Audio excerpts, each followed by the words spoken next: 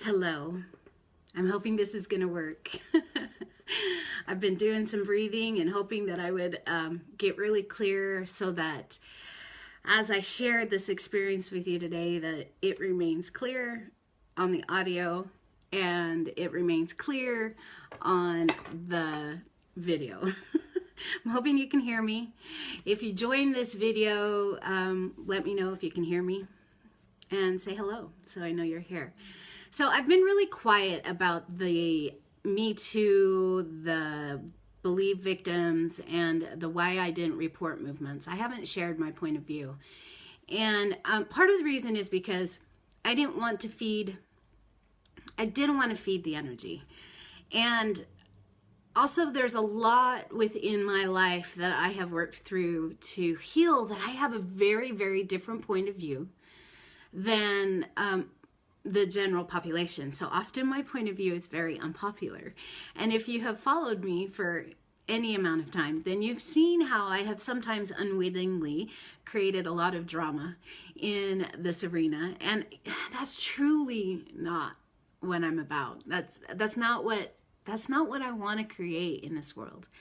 I want to create unity and I want to create peace and love, and that's what I focus on. So for me, sometimes my heart just gets like this overwhelming, like, wow, what if we could do this differently? And then I speak that in my naive and loving ways and create trauma and drama unwittingly. So today I'm going to be sharing a story in relation to each of these movements, the Me Too, the Believe victims, and the Why I Didn't Report.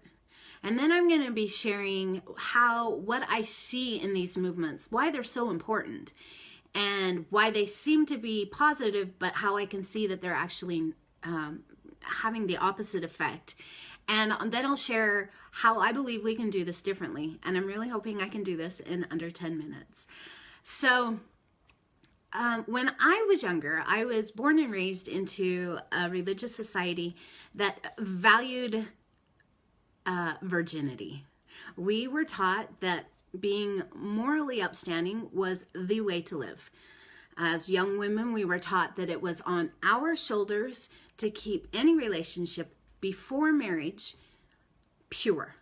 We were to remain morally clean, and it was our responsibility. We were taught that the boys were the head of the household, that they are the leaders, they are those who we are supposed to listen to, but we were always in control of the sexual energy. And for me, this confused me as a young girl. I kind of understand it now because of the power of feminine sexual power, sexual energy. I understand why now outside of religion, but back then it was such a confusing concept for me. So I was always very curious about sex as a child, as a young woman. There were 3 taboos in my religion: drugs, sex, and alcohol. I didn't have any care for drugs. I was curious about alcohol, and I was really curious about sex. I was also taught that for me to make it into heaven, I needed to have a husband. I needed to secure a husband. So there was this mixed message of I'm in control of the morality of the relationship, and I need him to get into heaven. And so I had this like unspoken pressure that I needed to provide whatever it was he requested. I needed to say yes to him. Now, I don't remember there ever being a time that they flat out said, if a man says something or asks you something, you say yes and you do it. I don't ever remember that, but the internal pressure that I took on was that whatever the man needed, the man got. So I started dating when I was about 15 years old, and I immediately realized the power of sexual chemistry. Most of the boys that I dated throughout high school were from the same religion. In fact, only one that I dated was outside of my religion. And with every single boyfriend, there was sexual chemistry, and there was making out, and there was touching of body parts. There was everything except actual intercourse, so that my virginity would remain intact. Now, when I was 20, my high school sweetheart and I were spending time together a lot, making out a lot, having lots of long kissing and touching and all of that fun, juicy stuff. And then one night we were together, and the sexual energy was high, and we got naked, well, partially naked, lower parts of us were naked, and I had this mixed experience of, this feels really good, and I'm supposed to be in control of this relationship, the morality of this relationship. I really want to experience this, but that's not what I'm supposed to want. And I don't want to say no to him because this is what he really wants. We didn't ever have this verbal outside talk. So when he entered me and shattered my blessed virginity, I hadn't said yes, but I'd also not said no. I didn't want to be there, but I did. And afterwards, after it happened, I experienced this immense shame and guilt for having chosen but not choosing. By not saying no, I allowed something to happen that I wasn't ready for. And I allowed it because of all of this internal pressure. This summer I experienced, or this year I've experienced an ongoing, it has ended now, but I've experienced ongoing sexual harassment from a sergeant in the Utah Department of Corrections. I also experienced sexual assault. I reported both of those. Why didn't I report the first experience that I shared with you? I didn't report it because for me, in that moment, I was complicit and I was complacent, and I was choosing to not say no as a means of staying in this relationship that I believed was my key to heaven. He wanted to have sex. I didn't. He was the boy. I was supposed to honor the boy's choices. So I didn't say no out loud. But I didn't consent either. In today's world, that would be considered sexual assault. In the atmosphere that we have created in this nation, if a woman does not say yes, then having sex with her is without her consent. And that's getting a lot of men in trouble right now. Believe victims. So I'm very close to a family with 4 children. 3 of those children are females, and all of them have been sexually assaulted by the same perpetrator. The middle daughter reported it to her mother, and when the mother reported it to her, or when the daughter reported to her mother said, "You're just making a big deal out of this.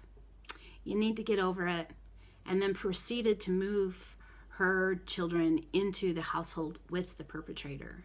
The perpetrator then went after the youngest daughter, who found someone that would believe her. They prosecuted this man. He served 4 months in jail for forcible sexual assault on a minor. The youngest daughter was the only daughter involved in this case. The middle daughter stayed silent because that was her choice. I found out about this situation about a year after it all came to light and the man had served time. I opened a case for the 2 older daughters because that was my choice. We cannot know why someone does not report it. it is important that we believe victims.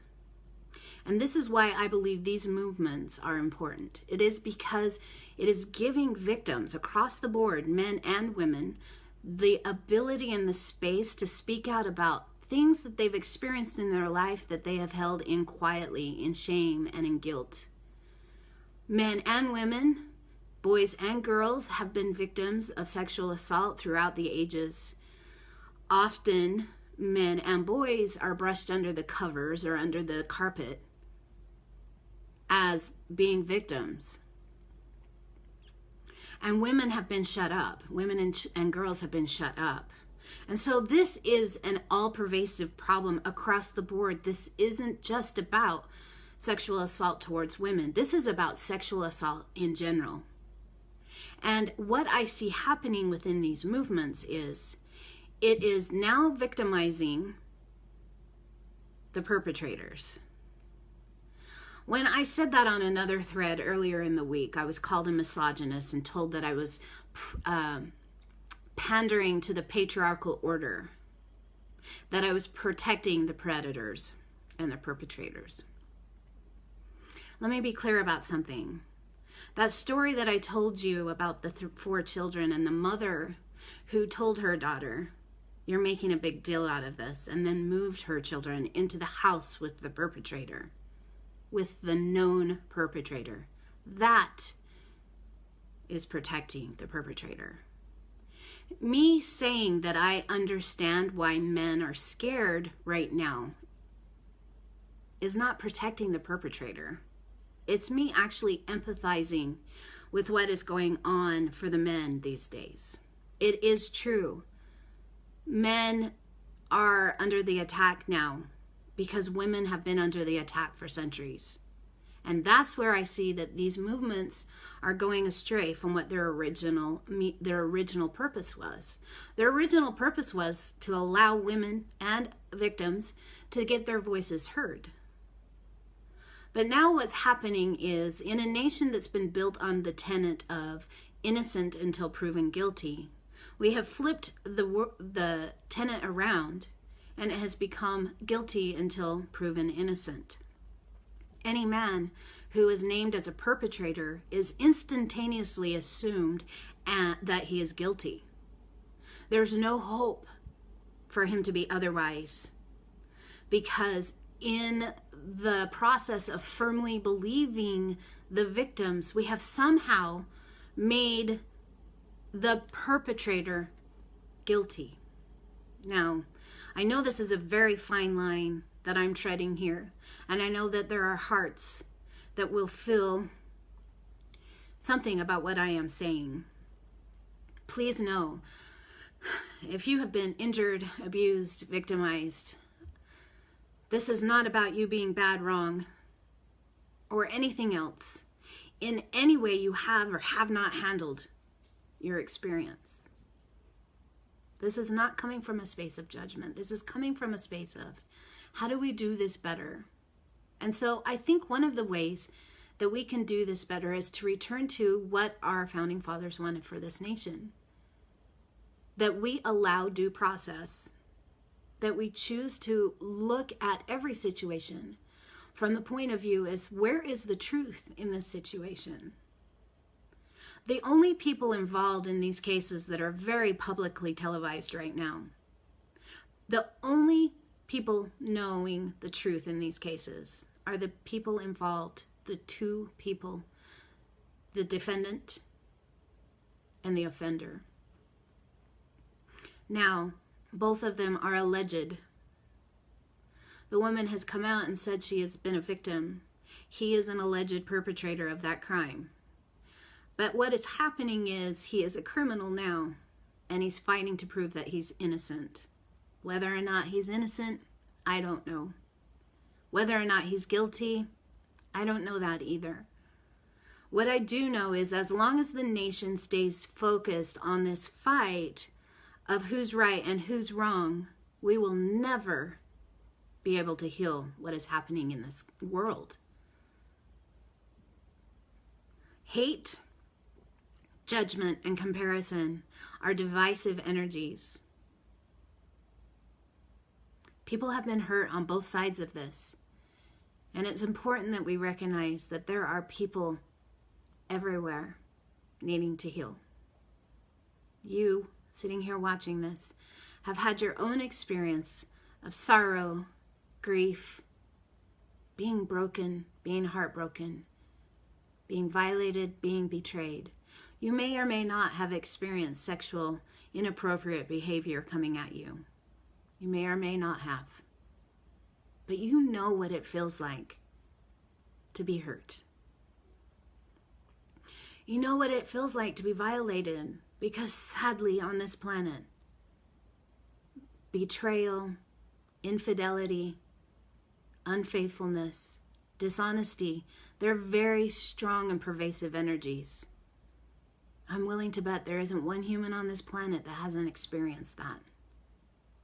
So when you find yourself wanting to come at someone else in the name of believing victims who didn't report, and you want to come at that perpetrator, I invite you to take a breath and ask yourself this question: where have I been a perpetrator? Because I promise you, you have hurt someone, you have betrayed someone, and you've very possibly abused someone. Maybe without intention, maybe with intention, but you are not perfect. I am not perfect. There is nobody on this planet that's perfect. So I invite you to get focused on you. How do you heal what's upside down and inside out within you? How do you heal the darkness? How do you bring light to the darkness within you? How do you heal the wounds that have been caused by others' misbehaviors? How do you let go? And how do you forgive? Because that is how we move forward as a nation, and that is how we move forward as a society. When we choose to unify in love and forgiveness, then we end the cycle of abuse. Yes, it is important that your voice is heard. Yes, it is important that you move through this pain. And yes, please get the support that you need to move through this pain.